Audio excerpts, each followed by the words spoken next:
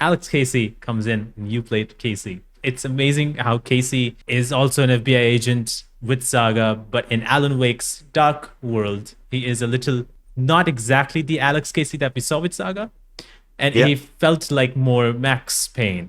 Was that always the kind of the plan of like, let's make him a little bit sort of like Max?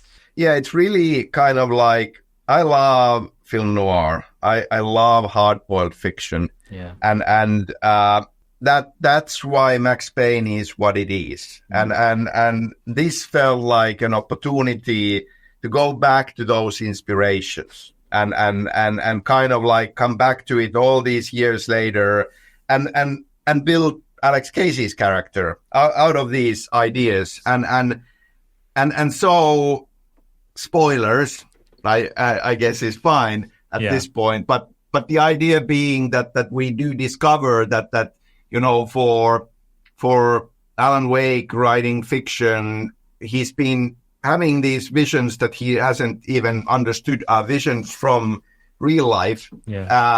Just these kind of like ideas really, and he takes them and shapes them and puts them in his stories. So there is an echo of our real life Alex Casey that he has molded into his kind of like hard-boiled detective Alex Casey, which is like just turning the knobs more and exaggerating and going more into that, hard-boiled inspirations in that character. So it was important that this like Dark Place, it's his fictional character coming to life. And whereas we have this actual FBI agent in Washington with Saga, who does have similarities and potential of like being pushed into that direction, but not quite, and more, more three-dimensional kind of a real person with real person's worries and all of that. So it's part of the whole idea, like in Dark Place, everything is kind of pushed and exaggerated and stylized kind of further. And allowed me to go back to like, I get to write more hard-boiled, narration.